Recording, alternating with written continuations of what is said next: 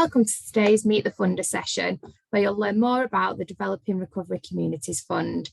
The session is being delivered by Emma from Action Together and Hayley Dobson from the Public Health team at Rochdale Borough Council. Over to you, Emma. Thanks, Hayley. When you're ready, would you mind just sharing the slides? That would be brilliant. Thank you. Whilst Hayley is finding those, I'll just introduce myself. So my name is Emma Meehan and I am the Rochdale Director here at Action Together. Next slide, please, Hayley. Yeah, and as mentioned, myself and Hayley Dobson, Public Health Programme Officer for Substance Misuse, will be leading this session today. So next slide, please. Thanks. So just before I hand over to Hayley, just a brief overview of today. So we will be talking to you about the Developing Recovery Communities grant, giving you some background on the fund, where it's come from, guidance around the funding priorities and the type of projects that are available, and the timescales for delivery. And as Hayley mentioned, there will be an opportunity for you to ask any questions. So before we go into the details of the grant, I'm going to hand over to Hayley Dobson, who's going to talk a little bit about the background to this funding from the perspective of Rochdale Borough Council. Thanks, Hayley. Thanks, Emma. So, afternoon, everyone. As Emma said, I am Hayley Dobson. I'm the Public Health Programme Officer for Substance Misuse within Rochdale Council. So we've recently received the government's new Home from Harm to Hope, which is our 10-year drug strategy. I'll share the link if nobody's seen it before in the chat after we've finished, and you can have a look. Now, the initial aim of the plan is to cut crime and save lives, initially by reducing the supply and demand for drugs, as well as delivering a high-quality treatment and recovery system. And the plan is a formal response to the Dame Carol Black's independent review of drugs, and we actually accept all of her key findings. I'll also pop a link into Dame Carol Black's review as well, in case you've not seen it. We just want to go on to the next slide, Hayley, sorry. As I said, we accept all Dame Carol Black's findings, and this is our way of, over the next decade, putting right some of those and the way we can mould our communities to working towards our 3 core objectives. The next slide, Hayley. So we've just pulled together some key findings that we think are critical to the way we're going to move forward. So we can see here that the funding of adults treatment has steadily declined, as well as the need for substance misuse treatment. But in young people, we've seen a rise or a steady decline in number of treatment, but it outweighs the number of expenditure going in there. So we've got a lot of unmet needs within the young people. If you just pop onto the next slide, Hayley, sorry. And what we want to do is create a cohort of working professionals that work around that individual. Now, we all might work with the same person, but work in silo. So it's about the individual's needs and it being a case-by-case basis, from family support, criminal justice system that we use in the Section 31 funding from, the education, but everything that individual needs for us all work together to get that individual the treatment and also the recovery after the treatment that they need.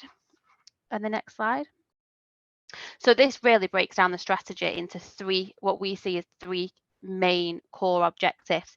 The breaking drug supply chains. We want to close more than 2,000 county lines and disrupt 6,400 more organised gang crimes.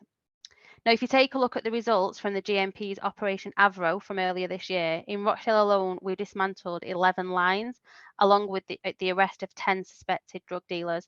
So we're already starting to do this now. GMP have actioned their Operation Avro, and that's a monthly operation where they'll go out and disrupt county lines, delivering a world-class treatment and recovery. We already have excellent treatment services, we know this, but we need to build on them to help us prevent the 1,000 deaths. We've got the drug-related death panels going on now, so we're doing a lot of work in and around what's already happened and building those things that we've got in place. And finally, reduce the demand of recreational drugs. If we work on the first 2 core objectives, naturally the demand for recreational drugs will decrease, and we want to get it to a historic low over the next decade. And then Yeah, sorry, then it's over to you, Emma. Sorry. Thank you very much, Hayley.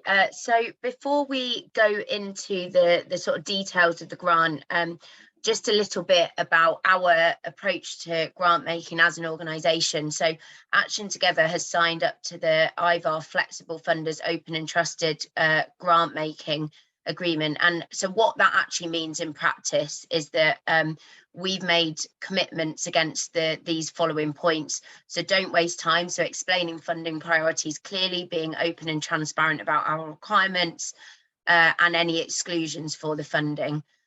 We also aim to ask relevant questions. So we only collect information from applicants that we actually need to help us make decisions about funding. Accepting risks, so that's about being realistic about the level of assurance applicants can give. We aim to act with urgency, so working at a pace that meets the need of our applicants and sticking to agreed timetables. We work to be open, so giving feedback to unsuccessful applicants, giving clear reasons why a particular project may not have been funded.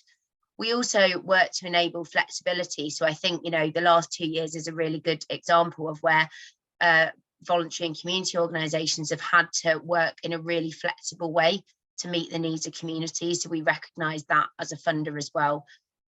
We also aim to communicate with purpose, so being clear about the relationship between ourselves and grant applicants, being realistic about time commitments and ensuring our contact with grant applicants and successful grantees is positive and purposeful.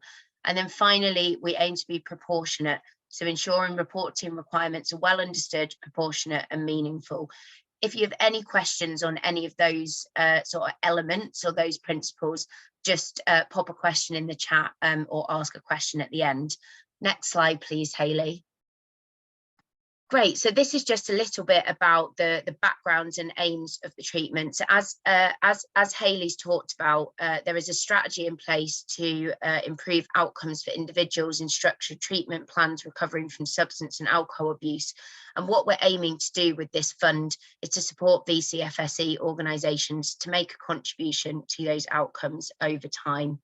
And then again, I've just popped the link there and we can put that in the chat if it's not already, which just takes you to the relevant page on the website, which contains both the guidance notes for this fund and the application form as well. Next slide, please. Great. So for this fund in particular, these are the 3 priority areas of funding that we've identified within this particular grant.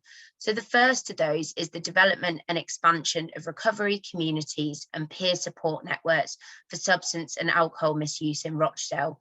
So as you saw, Hayley talked us through the strategy, and this fund sits quite nicely in that middle pillar around treatment and recovery.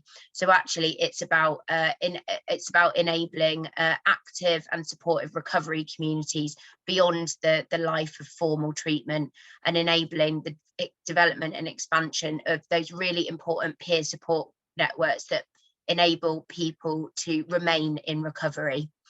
The second is to increase the visibility of recovery from substance and alcohol misuse and support social integration networks.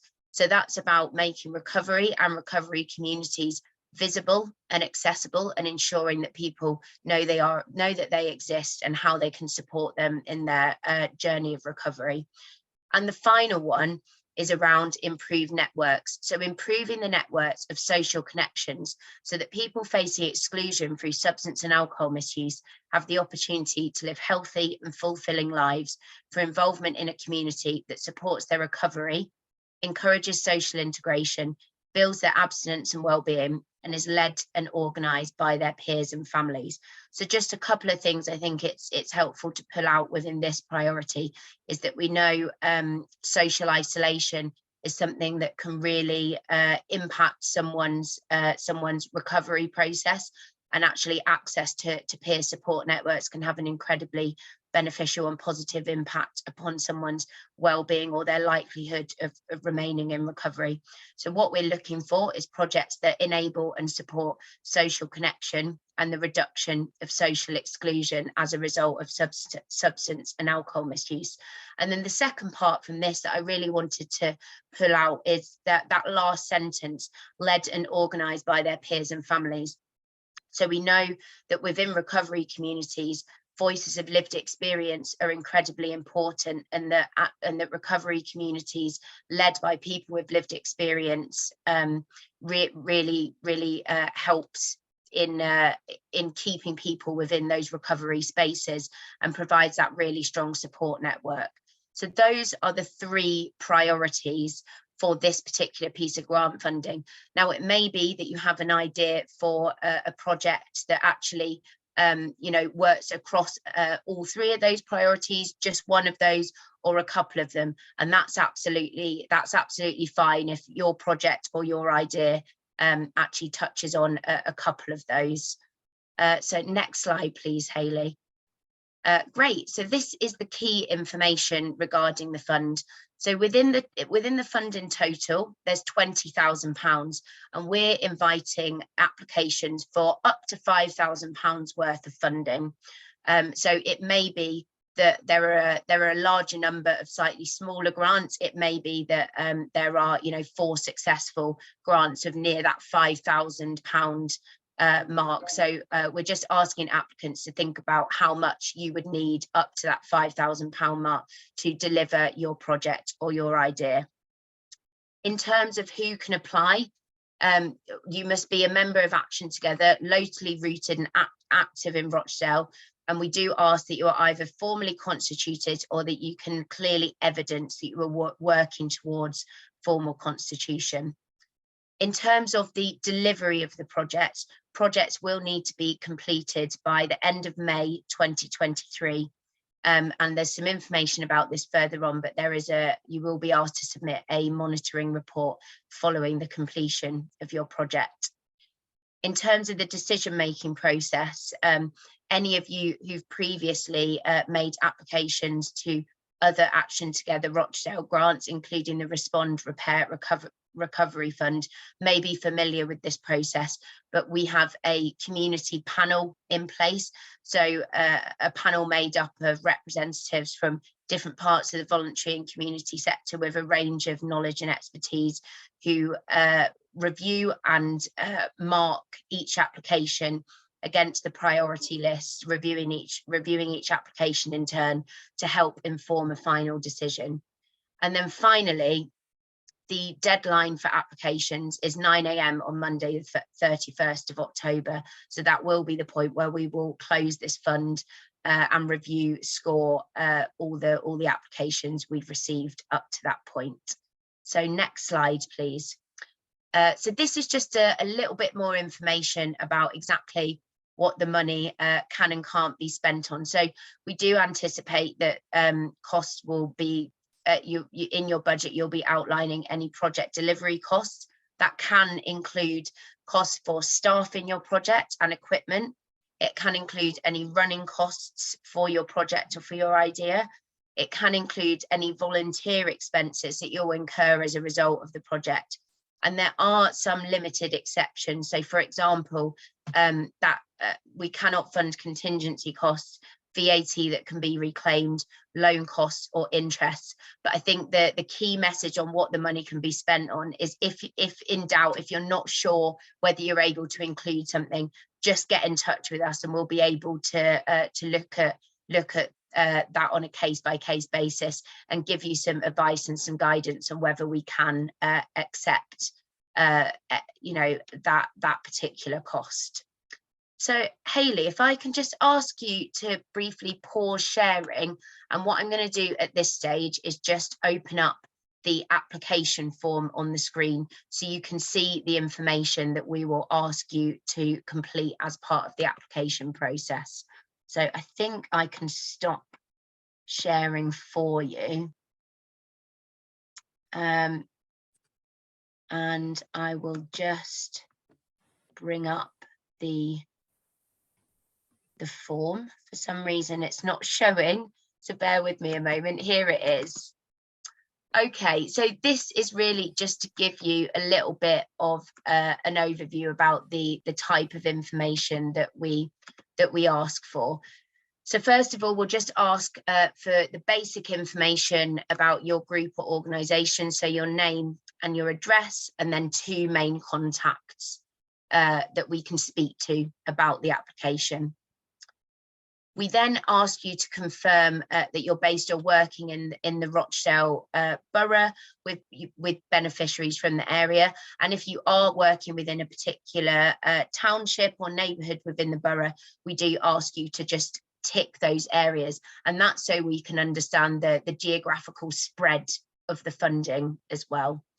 We then just ask you for some basic information regarding your organisation, so confirming that you have a governing document, that you have a bank account, and whether you're a non-profit organisation where all surplus is invested back into the community. And so we just ask you to confirm that. And then on to section 2, this is much more project specific. So we ask you, as I mentioned earlier, to just confirm which of those priorities within the funding that your project addresses, and just to tick those boxes. And then this is the main section of the project. So we do ask you to give your project a name. So any particularly catchy titles, very much welcomed and encouraged at this stage. And then this is the main section. This is us asking you to tell us what is your idea and what will you do with the grant.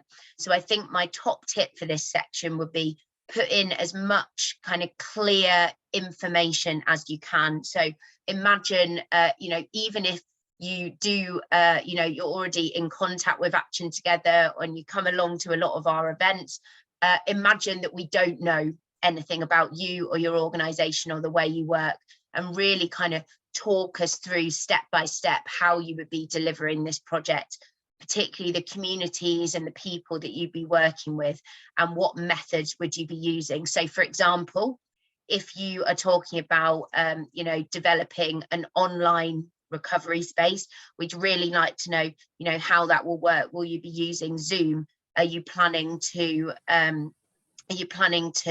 get together a group of people with lived experience of drug and alcohol misuse to help shape what that recovery space will look like, or the activities that you might deliver in that? Will you be recompensing volunteers for their time, and what methods of delivery will you be using? If you're using in-person event space, just tell us a little bit about that. Do you have access to a space? Will you be using a particular community space? It's really as much detail as possible as you can put in. We have put a word limit on this, and really that's about being proportionate to the size of the grant. So we don't expect reams and reams of information, but for the benefit of our community panel, it's really helpful to just get a really good understanding of exactly how you're planning to deliver the project.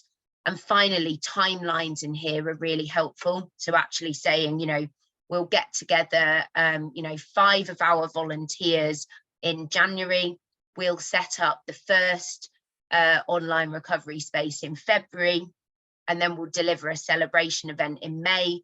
Those kinds of timelines are really helpful for us to understand, and also know that your project is manageable within the timeframes that we've been set out, so that the community panel who'll be looking at your application can have that confidence that the project will be completed by the end of May.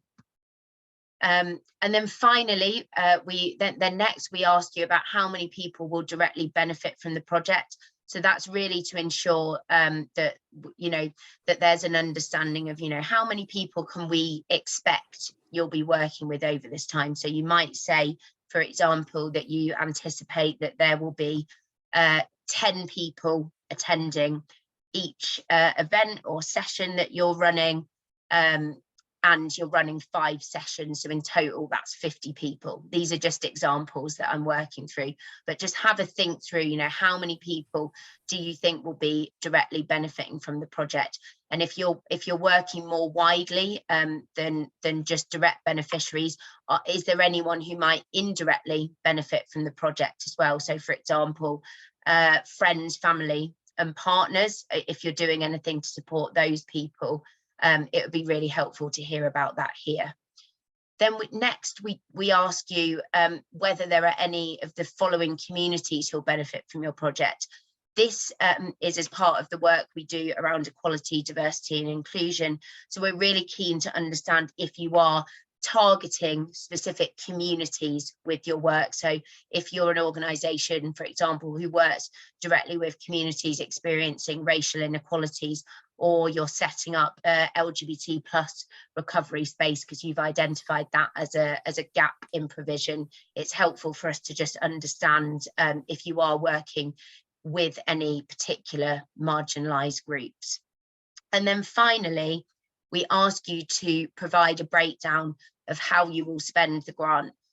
So again, as I mentioned earlier, in here as much detail as you can, and please do include evidence about how you've worked out your costings. So for example, rather than just putting, you know, £1,000 for room hire, you might say, you know, £200 to hire, you know, X community centre for, you know, 5 times evening sessions, and that adds up to £1,000. Or if you're purchasing equipment, for example, you might say, you know, £350 for the purchase of a laptop, and that's going to be purchased from this place. And it's just so that our community panel can see that you've thought about exactly how that that spend will work out in reality, and then just a confirmation of the total amount requested. And then section 3 is really just about the supporting documents. So it's helpful to have these to hand before you apply. So it's the information that I mentioned previously. So details of bank account, your insurance details, safeguarding policy, and a COVID risk assessment, if applicable. So section 4 is around just a grant declaration. So that's just adding in the names of the 2 people who are best to contact. So if we've got any questions or we need to have any conversations about your application, just confirming who those contacts are within your group or organisation. So I'm just going to stop sharing there. And then Hayley, if you wouldn't mind just putting up the slides again, and we'll just finish off, and then we'll go into any questions. So next slide, please. Yeah, that's perfect. Thank you. So successful applicants. So as I mentioned, funding applications are reviewed and scored by a volunteer panel made up of citizens, volunteers from the voluntary community, faith and social enterprise sector. And we collate these comments and scores to help us make a decision on your application with input from Action Together and the funder, so Hayley and her team who are here today as necessary. If you are successful, we will confirm that with an email notifying you of your success, and we'll ask you to complete a grant agreement, and then we will ask you for those details of a bank account in the organisation's name, your insurance details, your safeguarding policy, and any particular conditions of the grant. So for example, if we are asking you as a result of the grant to work towards the Action Together Quality in Action Award, just as an example, we'll confirm that as well. Then number 3, what happens if something changes? You know, we absolutely recognise that things can and do change with the delivery of projects. Our ask is that you tell us and discuss with us any changes that you are planning to make to the project. So for example, if you're proposing a change around how some of the funding is spent, and actually you want to, you're proposing to move something over from one sort of planned expenditure to somewhere else in the budget, have a conversation with us about that before you do it. And then finally, monitoring. So we do ask for a short end of project report on completion of the project at the end of May. We will give you some specimen questions so that you know what to expect. And then finally, because this project does cross financial years, we will ask that a very short written update is provided by the end of March 2023, so that we can understand the progress of projects to date by the end of the financial year in March. And then next slide, please, Hayley. Fantastic. So these are just the final sort of top tips for completing your application form. So read the guidance notes. If there's anything you're not sure about, please do get in touch and ask for any clarification that you need. Number two, just make sure you answer those questions that are set out in the application form. Number three is around clarity of budget. So just that clear evidence of how you have arrived at your costings, and use exact figures. So it's a lot easier for us to see exactly where the funding is being spent. If you say, you know, £1,050 on something, because you've been able to cost that out rather than a sort of very round figure. So just being as clear as possible on your budget. In that question about the delivery of your project, we'd really like to hear about how you will, how you will measure the impact and success of your project, and then so that we can understand, you know, the positive benefit that your project's going to have. And then finally, if you're not sure, ask. So Hayley's contact details are there in the link, and we'll put them in the chat as well. Any questions about the grant application process or the fund itself, Hayley's contact details are there. But I will pause there and open up for any questions. That if you do have any immediate questions or queries that you want to chat through, we can take those questions now.